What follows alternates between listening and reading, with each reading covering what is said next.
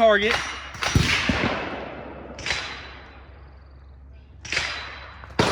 $19.11.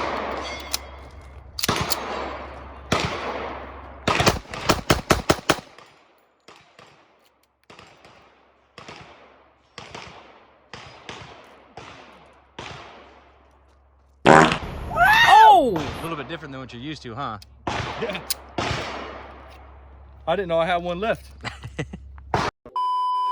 Bow! Shooting World War I pistol. 1911, 1918, 1917 revolver. I'm here with my friend Sean, and his YouTube is Bildrat Militaria. Go check him out. He does a lot of older World War I type things. He has a bunch of guns. He has a nice collection. He shoots a bunch, has a bunch of fun. Go check out his channel. I'll put a link down to it in the description.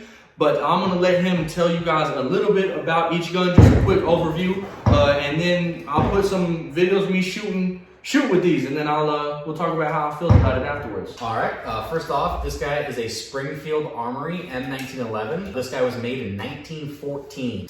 There was only 30,000 of these made between 1914 and 1917, so this is the rarest and most expensive gun I own. It is a fun gun to shoot, not one I take to the range often, but if you want to see me shoot it more or go more into the history of it, go check out one of my videos on that. What do you think about it, man? I thought it was great. I've shot 2011s before. I don't believe I've shot a 1911, like a 45 caliber 1911. Definitely not one this old if I have. The trigger was nice. I did not like the iron sights as much, but it was a nice, like, heavy gun, and I understand now how, like, these things have lasted as long as they did. And I wasn't, you know, tactical, super accurate like I try to be in a lot of my drills and videos or whatever, but it was still very fun to shoot, and I enjoyed shooting it. And also some of the history behind it is kind of interesting. So It's a 109-year-old gun. oh my goodness, It's an old gun.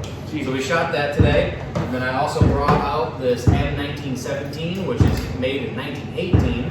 We started making the 1917s because we didn't have enough 1911s to hand out, because we started putting a shit ton of troops over in France very quickly. So to supplement for the lack of 1911s, both Smith & Wesson and Colt made the model 1917 revolver. Also took 45 ACP. It's a fun gun to shoot. This thing is also a tank. Yeah, what do you think about that one? I thought this gun, I did not like it as much as the 1911, but I did think that it was fun as well.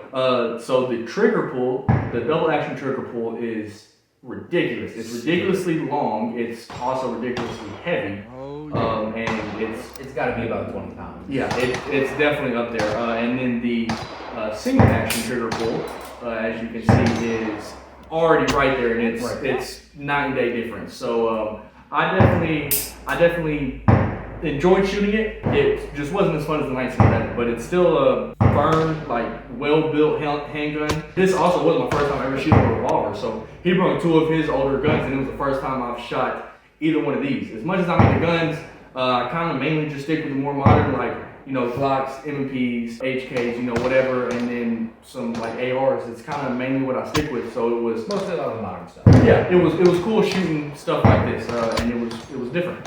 So I did also bring, since, again, on my channel, I focus on military collecting, mostly from World War I and World War II. I just have a passion for keeping that history alive, so I just thought as a kind of a cool thing, I was going to bring two more little things to show. So I've got here, this is an M1917 trench knife, original from World War I. This one is made by AC Co., and I don't know if you've ever gotten to hold any of these things, so I brought two trench knives from the checkout.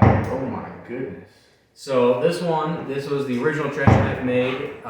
So the reason they got a triangular blade, it's a 9-inch triangular blade. Some people will say they did that specifically because triangular wounds are harder to sew up. That wasn't what they were thinking. It was made in a spike blade because it was supposed to go through thick German trench coats and clothing. So that was the main purpose of that. Obviously it's not that great. It's not a utility knife because there's no cutting edge. These aren't sharp. It's just a giant triangle. Now you've got, on this one, you've got 2 rows of knuckles. So you can punch, and if you came down, this would go through German trench coat, you know, you can stab through quite a bit. So that is the 1917 version, and this is the 1918 version. This one, they made some upgrades. They, again, this one's not very sharp, but they actually put a blade on it. And this handle is made out of brass, I believe. I think it's brass. They did some in bronze, maybe. This one has cast knuckles that actually have little spikes on it. This is kind of like the one you've probably seen. But, this one is made by LF&C. That's the difference between the 1917 and the 1918. Oh man, this one's more like it fits to your hand better. And it's more like brass knuckles. Yeah, and but they got those little spikes on them. It's got a little, the pommel here is a spike as well, to hold the blade in. It's called a skull crusher pommel. Come down on someone's head with that, it's gonna hurt. And it's like a heavier too. It just feels a little more well built. Yep.